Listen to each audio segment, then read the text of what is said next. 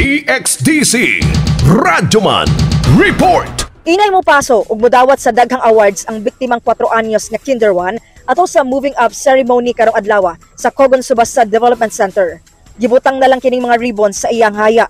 Halos mahugno ang kalibutan ug lisod madawat sa 50 anyos nga amahan ang nahitabo sa ilahang pamilya. Gingong namatay ang biktima nitong Hunyo 29, 2023 dihang aligasyong gituok patay kini sa kaugalingon ni ining inahan kinsa gituuhang adunay mental health problem. Sa interview sa DXDC, nangayog pasaylo ang 41 anyos nga suspect. Gisaysay niini nga nawala siya sa panimuot ug nahinaykan niini ang iyahang anak. Matod sa magulang nga lalaki, sukad pa sa pagkabata, dala-dala na sa suspect ang gigong problema sa pangisip, di nang ilang inahan usab, namatay nga adunay ginahambid pod nga mental health problem. Sumala ni Police Major Ricky Obanza, Station Commander sa Kalinan Police Station, idusog gihapon ang kasong parricide batok sa inahan samtang ginahulat ang komprehensibong medical results niini ug gikatakdang ipa-confine kini sa SPMC, Institute of Psychiatry and Behavioral Medicine kun kanhi Davao Mental Hospital.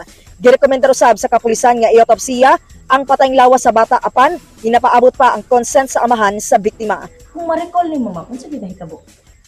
Nagturo na gyud ma'am, hinaykan na gyud nako siya. Pwede ko ilayo kasulti mo urod ko. Unsa nga hinaykan? Di unsa nimo gibunalan? Natuok ko na ko mo. Natuok nimo. Ano nakasala ang bata? Wala good, ang higda ra gud hindi ma. Makita mo kamo lang nabilin sa balay. Naa kay problema ginahambing mo ato ma'am. Wala katuro man tong time na ma'am.